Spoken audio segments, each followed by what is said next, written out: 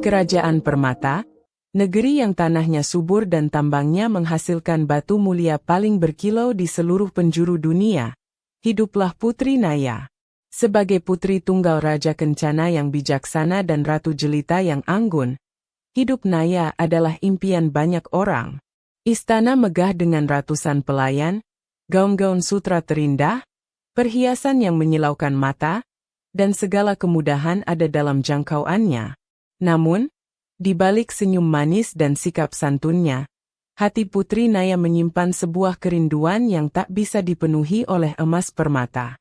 Ia merindukan tawa lepas tanpa beban protokoler, percakapan tanpa basa-basi jabatan, dan persahabatan yang tulus, yang tidak memandang statusnya sebagai calon pewaris tahta.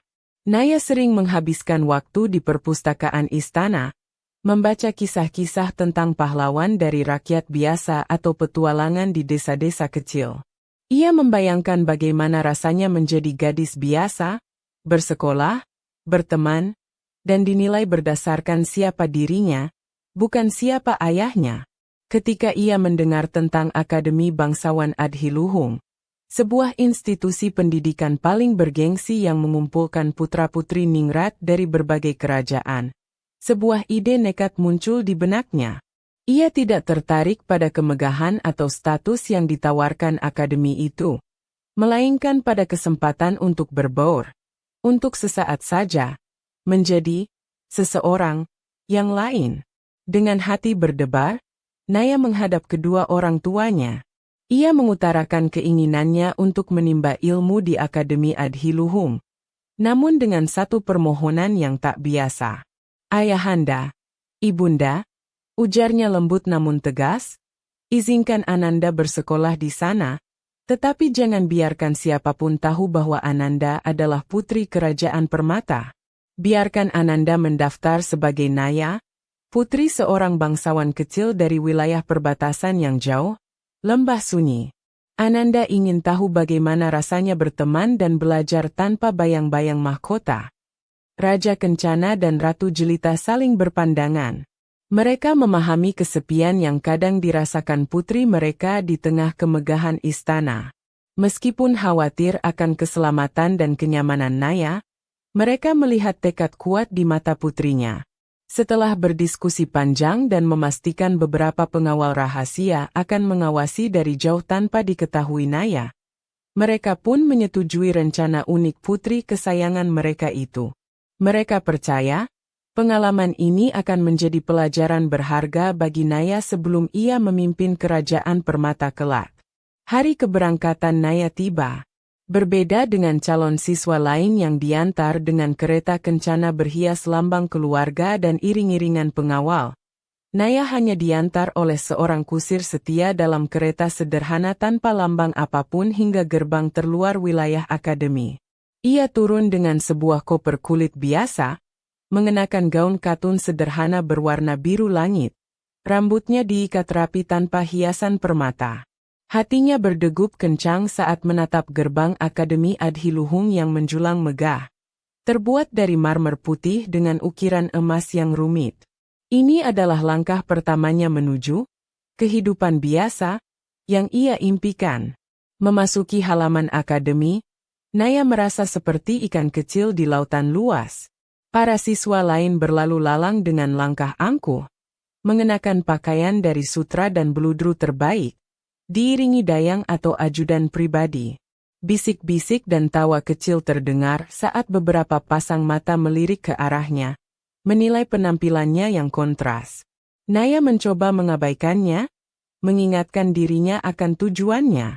Ia menarik napas dalam-dalam, memegang erat tali kopernya, dan berjalan menuju gedung administrasi untuk mendaftar sebagai Naya dari Lembah Sunyi. Suasana di dalam akademi tak kalah mengintimidasi. Dindingnya dilapisi permadani tebal, lukisan-lukisan besar para bangsawan masa lalu menghiasi koridor, dan lampu kristal raksasa menggantung di langit-langit aula utama. Para siswa berkumpul dalam kelompok-kelompok eksklusif, berbicara dengan logat kerajaan yang kental dan sesekali tertawa meremehkan.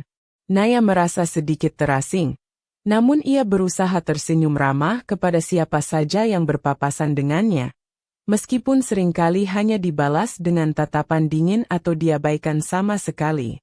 Saat mencari kamarnya di asrama, Naya tanpa sengaja menabrak seorang siswi yang dikelilingi beberapa pengikutnya.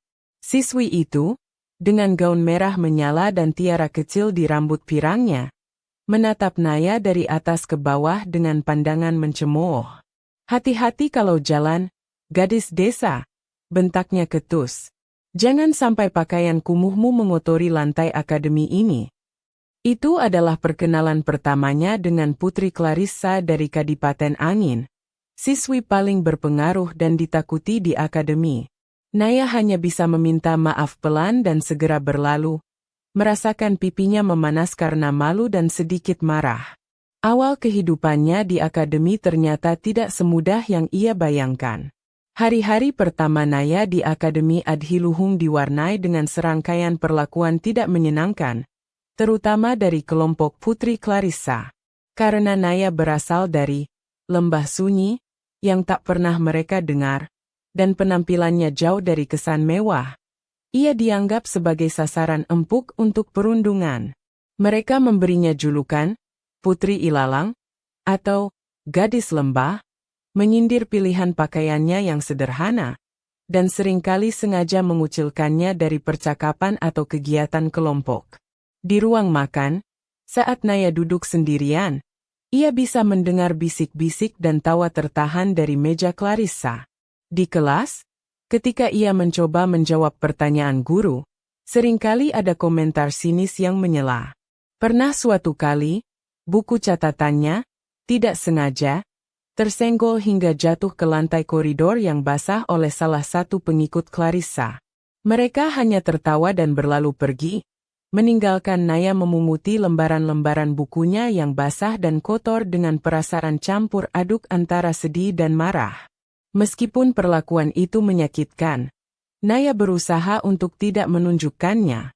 Ia teringat tujuannya datang ke akademi, untuk belajar dan merasakan kehidupan nyata.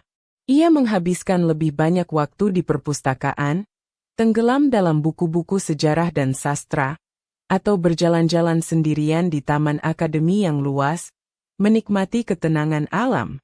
Dalam kesendiriannya, ia sering menulis surat untuk kedua orang tuanya, yang dikirim melalui jalur rahasia, menceritakan pengalamannya meskipun ia menyaring bagian-bagian yang paling menyakitkan. Tak ingin membuat mereka khawatir.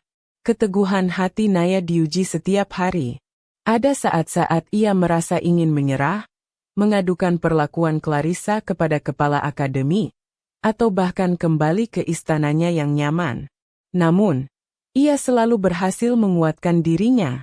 Ia percaya bahwa pengalaman ini, sepahit apapun, akan membentuk karakternya.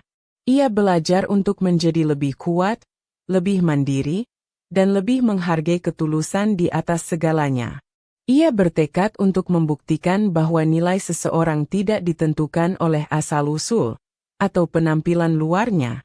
Suatu sore yang cerah, ketika Naya sedang duduk di bawah pohon rindang di sudut taman akademi yang jarang dikunjungi, tenggelam dalam sebuah buku puisi kuno, ia mendengar langkah kaki mendekat. Ia mendongak dan melihat seorang pemuda yang belum pernah ia ajak bicara sebelumnya. Pemuda itu berpenampilan rapi namun sederhana, tanpa perhiasan mencolok, dan membawa aura ketenangan yang kontras dengan kebanyakan siswa di akademi. Ia tersenyum ramah kepada Naya. "Permisi," sapa pemuda itu dengan suara lembut. "Apakah kursi di sebelahmu kosong? Tempat ini sepertinya satu-satunya sudut tenang di akademi ini." Naya, sedikit terkejut karena ada yang menyapanya dengan ramah, mengangguk pelan. Pemuda itu duduk dan memperkenalkan diri. "Aku Arion dari Kerajaan Pasir Tenang." Naya balas memperkenalkan dirinya sebagai Naya dari Lembah Sunyi. Mereka mulai berbincang ringan. Arion bertanya tentang buku yang dibaca Naya, dan ternyata mereka memiliki minat yang sama pada sastra dan sejarah. Percakapan mengalir lancar, tanpa kecanggungan atau nada merendahkan yang sering Naya dapatkan dari siswa lain. Arion tidak bertanya banyak tentang lembah sunyi atau latar belakang Naya, seolah ia lebih tertarik pada pemikiran dan kepribadian Naya itu sendiri. Ia bercerita tentang kerajaannya yang lebih mengutamakan ilmu pengetahuan dan kelestarian alam daripada kemegahan semu. Sejak hari itu, Naya dan Arion sering bertemu di taman atau perpustakaan. Arion menjadi teman pertama Naya di akademi, tempat ia bisa menjadi dirinya sendiri tanpa takut dihakimi. Arion seringkali secara halus membela Naya ketika kelompok Clarissa mencoba mengganggunya. Misalnya, ketika Clarissa menyindir Naya di ruang makan, Arion akan mengalihkan pembicaraan atau mengajak Naya pergi. Kehadiran Arion menjadi secercah cahaya bagi Naya, memberinya kekuatan dan keyakinan bahwa persahabatan tulus memang bisa ditemukan, bahkan di tempat yang paling tidak terduga. Akademi Adhiluhung riuh rendah mempersiapkan pesta dansa tahunan, acara paling bergengsi yang ditunggu-tunggu. Para siswi sibuk memesan gaun terindah dari penjahit kerajaan, berlatih langkah dansa, dan berbisik-bisik tentang siapa yang akan menjadi pasangan siapa. Bagi Naya, antusiasme itu terasa jauh. Ia tahu, sebagai Naya dari lembah sunyi, ia takkan menjadi pusat perhatian. Kelompok Clarissa tak henti-hentinya menyindirnya. Aku penasaran gaun seperti apa yang akan dipakai gadis lembah nanti? Mungkin dari karung goni? Atau, siapa yang mau berdansa dengannya? Naya berusaha mengabaikan mereka, fokus pada tugas-tugasnya. Suatu hari di perpustakaan, saat Naya sedang tekun menyalin catatan pelajaran penting, Clarissa dan dua pengikutnya mendekat. Dengan tidak sengaja, Clarissa menyenggol botol tinta di meja Naya, menumpahkannya ke seluruh halaman catatan yang sedang Naya kerjakan. "UPS, maaf," ujar Clarissa dengan nada pura-pura menyesal, diikuti tawa cekikikan dari pengikutnya sebelum mereka berlalu pergi. Hati Naya mencelos melihat hasil kerja kerasnya rusak, namun ia menahan air mata dan kemarahannya. Malam harinya, dengan sabar Naya menyalin ulang catatannya. Esoknya, saat di kelas, ia melihat salah satu pengikut Clarissa, seorang gadis bernama Livia yang biasanya tampak paling ragu saat ikut merundung. Terlihat sangat kebingungan dengan materi pelajaran yang sama dengan catatan Naya yang rusak kemarin. Livia tampak pucat dan takut karena akan ada ujian mendadak. Melihat itu, hati Naya tergerak. Ia ingat bagaimana rasanya dipermalukan. Diam-diam, saat jam istirahat, Naya menyelipkan salinan catatannya yang baru ke dalam tas Livia tanpa diketahui siapapun. Arion, yang kebetulan sedang mencari buku di rak dekat situ, menyaksikan tindakan Naya dari kejauhan. Ia melihat kesedihan Naya saat catatannya dirusak kemarin, dan kini ia melihat kebaikan hati Naya yang memilih membalas kejahatan dengan kebaikan, bahkan kepada anggota kelompok yang menyakitinya. Kekaguman Arion pada Naya semakin dalam.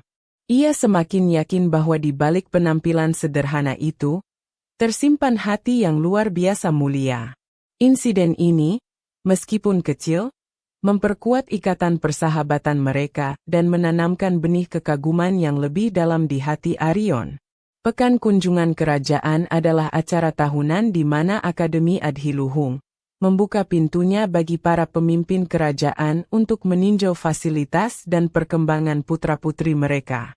Aula utama didekorasi dengan megah, bendera-bendera kerajaan berkibar, dan para siswa mengenakan pakaian terbaik mereka, berharap mendapat pujian dari para raja dan ratu yang hadir. Naya, seperti biasa, memilih gaun yang sopan namun tidak mencolok, berusaha sebisa mungkin tidak menarik perhatian.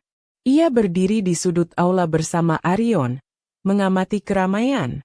Tiba-tiba, terdengar pengumuman kedatangan tamu agung yang paling ditunggu. Raja Kencana dan Ratu Jelita dari Kerajaan Permata. Seluruh hadirin menoleh ke arah pintu utama. Raja dan Ratu melangkah masuk dengan keanggunan dan wibawa yang memancar, diiringi pengawal kerajaan berzirah emas. Kemakmuran kerajaan permata begitu melegenda sehingga kehadiran mereka saja sudah cukup membuat semua orang terkesima dan membungkuk hormat. Clarissa dan kelompoknya berdiri di barisan depan, berusaha keras menarik perhatian pasangan kerajaan itu. Namun, mata Raja Kencana dan Ratu Jelita tidak tertuju pada kerumunan di depan mereka.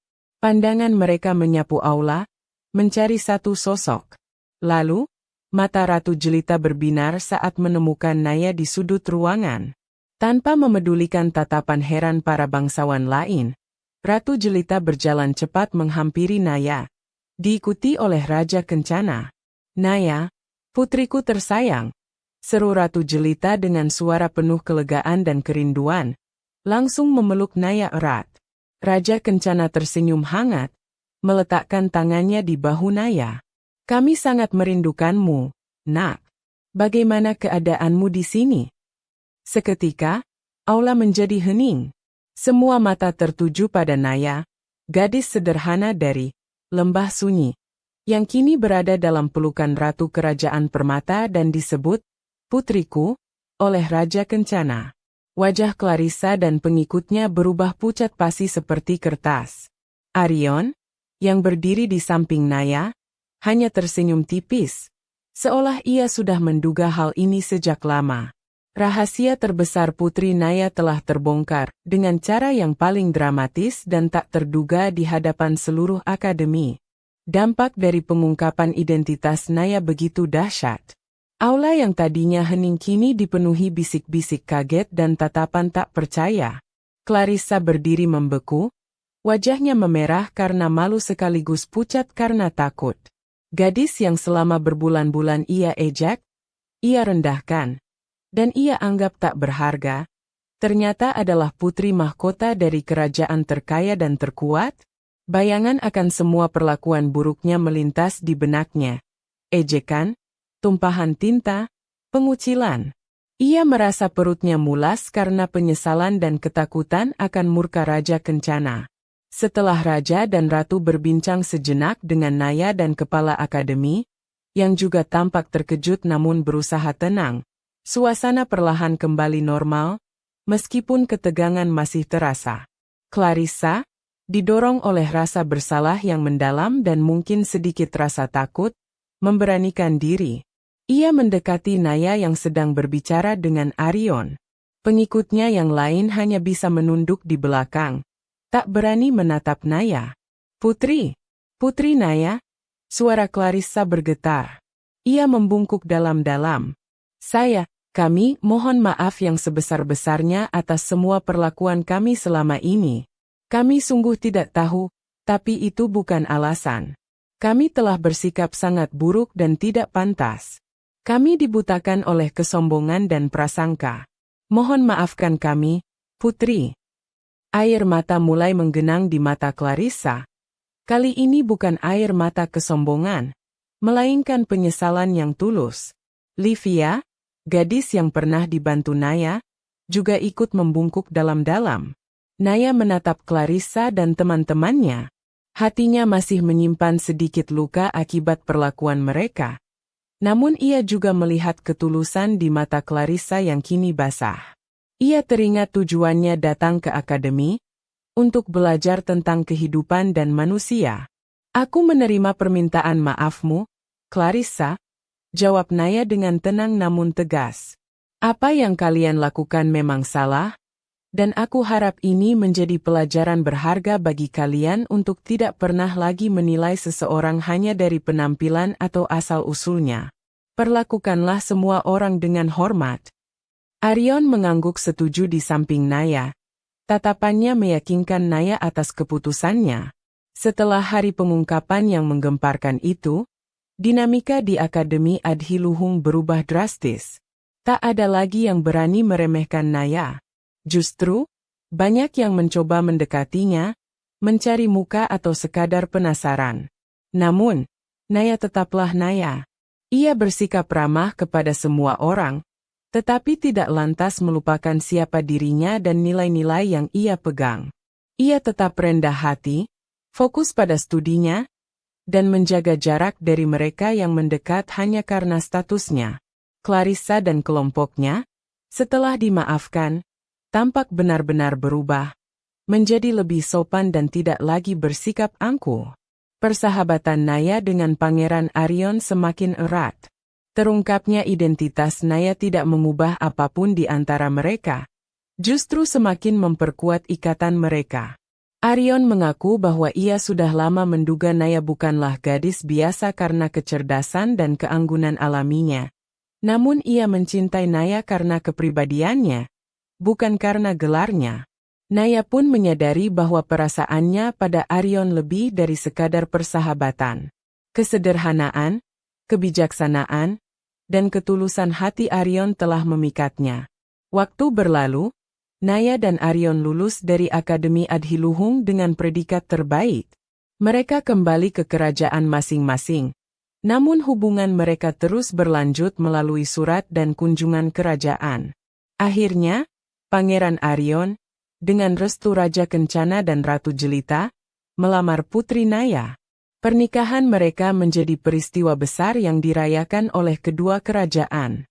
Bukan hanya penyatuan dua insan yang saling mencintai, tetapi juga simbol persatuan nilai-nilai luhur, bahwa kebaikan hati, kecerdasan, dan karakter adalah harta yang jauh lebih berharga daripada emas permata atau gelar kebangsawanan.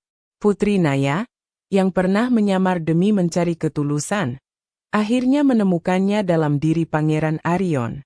Ia memimpin kerajaan permata bersama suaminya dengan bijaksana, selalu mengingat pelajaran berharga yang ia dapatkan di Akademi Adhiluhung, untuk selalu melihat ke dalam hati seseorang, bukan hanya pada kemasan luarnya. Kisah mereka menjadi dongeng inspiratif tentang cinta sejati yang melampaui status sosial, dan pengingat bahwa nilai diri yang sesungguhnya terpancar dari dalam